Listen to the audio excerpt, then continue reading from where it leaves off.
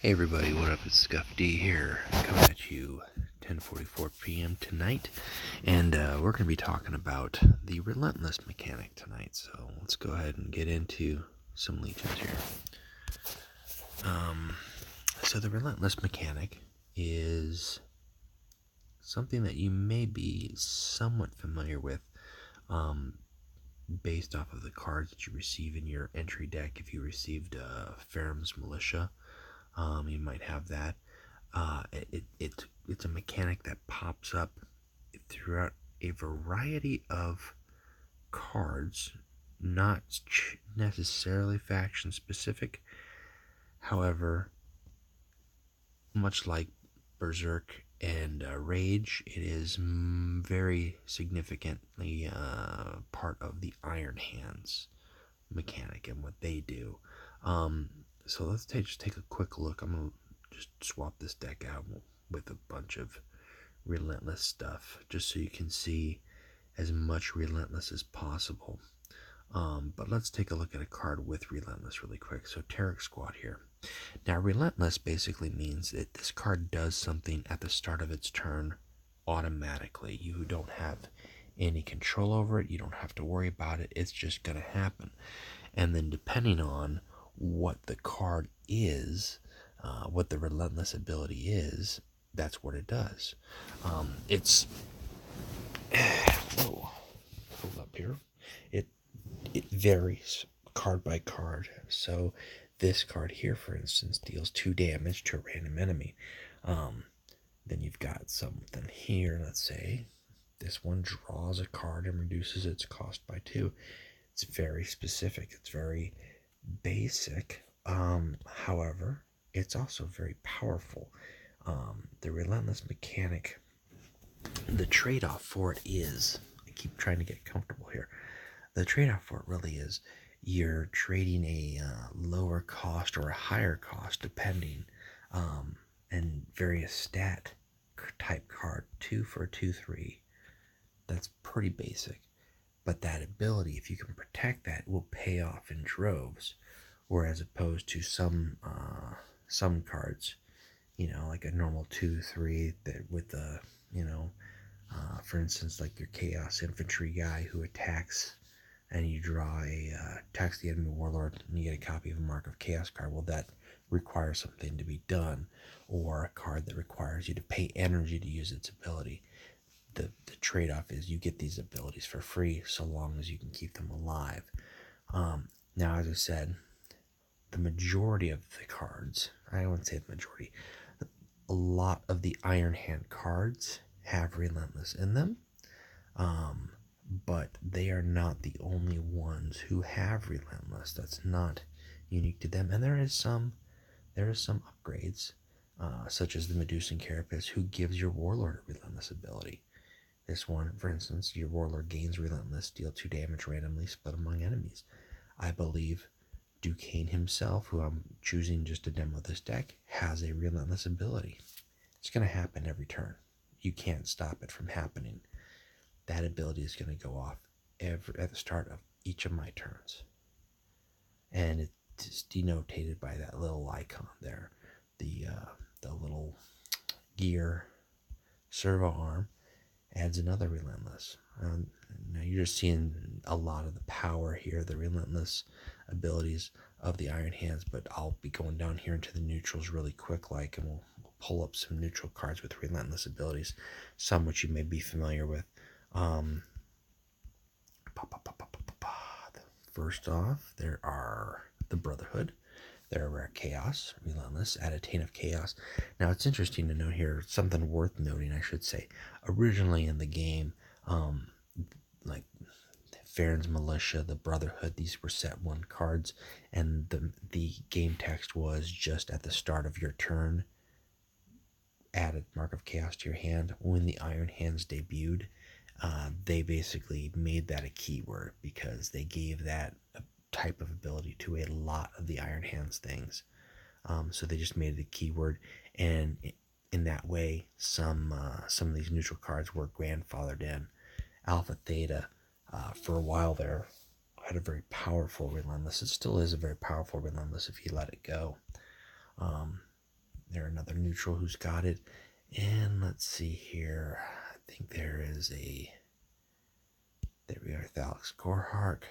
That's more of a defensive Relentless, but we'll throw him in there just because we're showing off Relentless stuff. And I'm not sure if there's any Imperials necessarily with Relentless that are not super rare. Let me just check. Look here.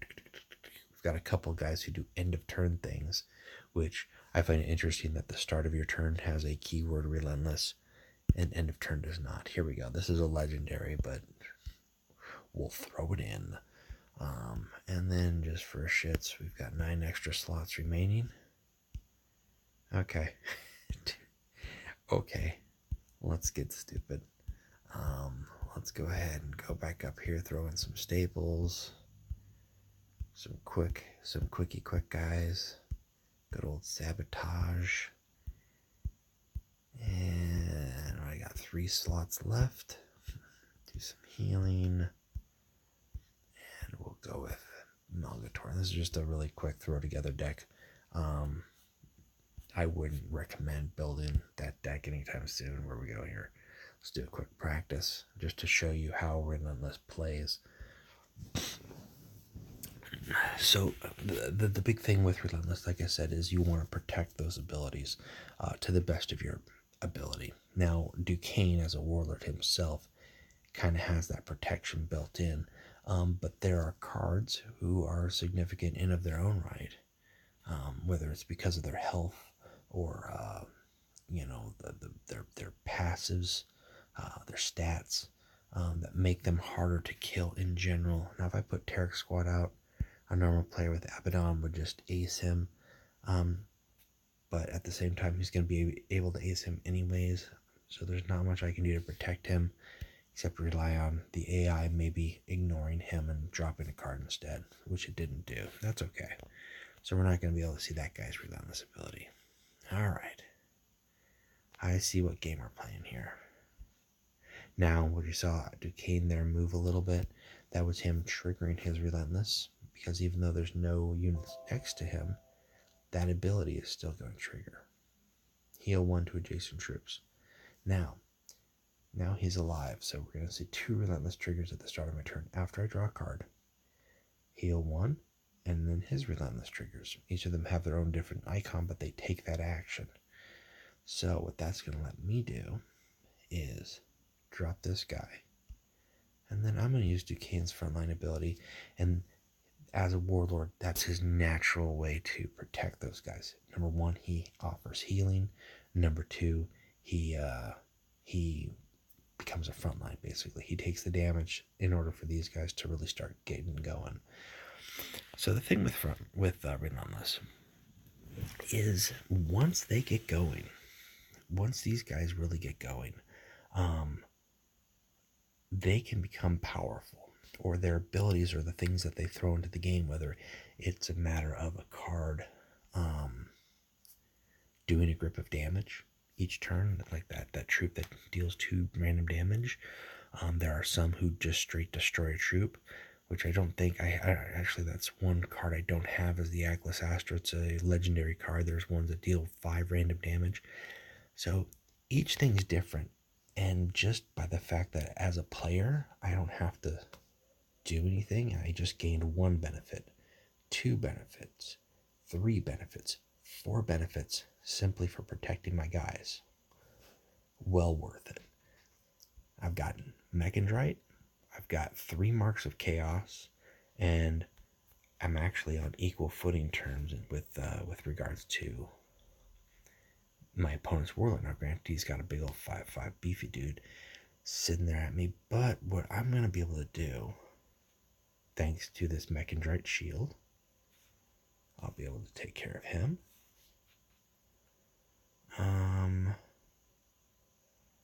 Let's go ahead and put up a wall. Let's go ahead and do that, and then let's see if we can protect my guy here a little bit. Could have done that earlier, but we'll sit back. And again, this is, wouldn't have been able to protect me if I was able to stealth him anyways, and that's okay. I've got 2 more Marks of Chaos coming at the start of my turn, though. And granted, as a normal player, I don't think anybody would have let the Brotherhood sit around that long. They would have aced those a long time ago. So that kind of brings me to my next point. What are the ways that you deal with this? What are the ways that you deal with Relentless troops? First and foremost, you get rid of them as quickly as possible. That's really how you come down to it. But you've got to take a look at what their abilities are. Really, that's really what it comes down to. If it's an ability that isn't necessarily going to affect you, and there's a few and far between, to be honest with you. Let's go ahead and let's give him 2. I don't want to turn him into a demon, but we'll shoot for the moon. Generally, the abilities aren't gonna be something that you want to ignore anyways. I don't have Farron's Militia in here. I should have thrown those guys in here. They're a really cheap troop, but if you let them get going, they create the whole board space. But you take a look at it, you see, what is this ability? What's it going to do? How's it going to disrupt me? How is it going to hurt me? So I just ate a bunch just to keep these guys alive for the sake of demonstration. Is it enough? Should be. Yeah. We'll just finish this off here. So you can use your hard removal. Your outflank cards, your destroy a troop cards. You can use cards such as the Duke, Ambassador Melgator. Those are both legendaries, but return cards to your hand. So you can basically, if you can return a troop to the opponent's hand before the start of their turn, they're not going to gain that Relentless ability. They've got to redeploy the troop. It just basically buys you a turn. You can obviously just straight do direct damage. You can attack it. You've got to gauge what its ability is. Like, for instance, if you've got Sistar here, his ability is draw a card and reduce its cost by 2, which is not a bad ability. It's a very good ability. His stats are very weak, however. It makes him susceptible. If you've got a second troop to back your Warlord up, or a Seek and Destroy, you can take something like this out. But if at the same time you don't have anything to deal with it, or you don't want to because there's something more pressing, are you willing to trade off knowing that your opponent has a card that costs 2 less? And that could be a high cost card. They could get a second card and just basically be able to deploy it for free on their turn or on the next turn. Is that a trade-off that you're willing to take? Whereas you've got like a Tropitus, who every turn is going to gain +1/+1. So in that instance, in a turn, am I going to have a troop who's going to be able to deal 4 health for damage to this guy, 5 damage the next turn, 6 damage the next turn? How am I going to deal with this? Or do I have to nip him in the butt now? If I can wait and I'll take a 4 to, whether it's a troop or my Warlord, but I've got an option set up in the waiting room, that might be a better trade-off. But ultimately, I need to know this guy's going to continue to get stronger every turn. Here's a guy here whose Relentless ability gives +1/+1 to a friendly vehicle. Well, if my opponent doesn't have a vehicle on the table, I don't need to worry about this Relentless ability so much. It's there. It'll still go off, but it's not going to do anything until he's got a vehicle on the table. And to go with that, if I get rid of that vehicle, that ability doesn't do anything either. So there is that trade-off too. You've got something here. Let's go into, it just kind of depends, I guess, on what it is, how you want to deal with it, and more importantly, what your deck has. For example, as I mentioned, the Farron's Militia, which is probably the most basic Relentless, put a play another Farron's Militia. Now, it's worth noting that it puts into play a copy of the 2/1. So if this guy has been increased, his stats increased, pumped up, doesn't matter. He could be a 5/5. He's always going to put in a copy of this 2/1. But it's a 1 stat. It's very easy to deal with. And if I can let him build up the turn, or if I'm a Warlord like Korax who thrives on having 1 health troops in play, that's not a bad option for me. I might let that go for a while. That's a good trade-off. That's not a terrible trade-off. If you've got something who like these guys here, who, I mean, again, this is a legendary example, but Zerial Storm can't attack, but it deals 10 random damage to a random enemy at the start of my turn. Whew, how do I get around that? If I can't destroy this outright, what do I do? Well, if I can get as many units on the table before the start of their turn, it at least mitigates the chance that that 10 damage is going to hit my warlord or the unit that I don't want it to hit. So you just have to look at each ability. Do you want to play it around? Do you want to avoid it? If you can't destroy it, how do you counter it specifically? Or you can always jam it. You can always jam it. Sabotage is a neutral card. Again, I mention this just about every time. There are a couple other cards that are faction specific that allow for jamming, but if you jam a card, it loses that Relentless. It loses any stats that it's gained by a Relentless ability. Sabotage just does exactly that. Listen all y'all. This is Sabotage. I can't stand it. I know you planned it. So yeah, so that's it. That's Relentless. It's a solid ability. It's an automatic ability. It's nice to be able to rely upon that if you can get that set up. And if you can't nip it in the bud, it can snowball very quickly. You can lose the game just for the simple fact that you've lost control over. Maybe it just took a matter of one unit. You saw that game there where I was playing just the AI. Normal player wouldn't make those decisions to ignore those units that are giving me marks of chaos and mechandrites as long as it did, which completely swung the game in my favor. And that's a really basic example, but that's the point. It just takes one or two turns of those abilities going off for the other opponent for the other player to just gain a huge advantage. And that's really what Relentless does. So anyways, that's it for this video. I think the next one I'm going to go into, I'll probably talk a look about Survivor and Sacrifice, because they don't necessarily go hand in hand, but it's very easy to demonstrate them hand in hand. So we'll probably do that video next. But anyways, that's it for me, guys. Thank you for watching. I hope this is helpful for you. And please, if you've got some other friends who are playing who are new, feel free to share the recruit videos. The whole point is to educate for the things that you're not necessarily going to learn in the tutorials out there.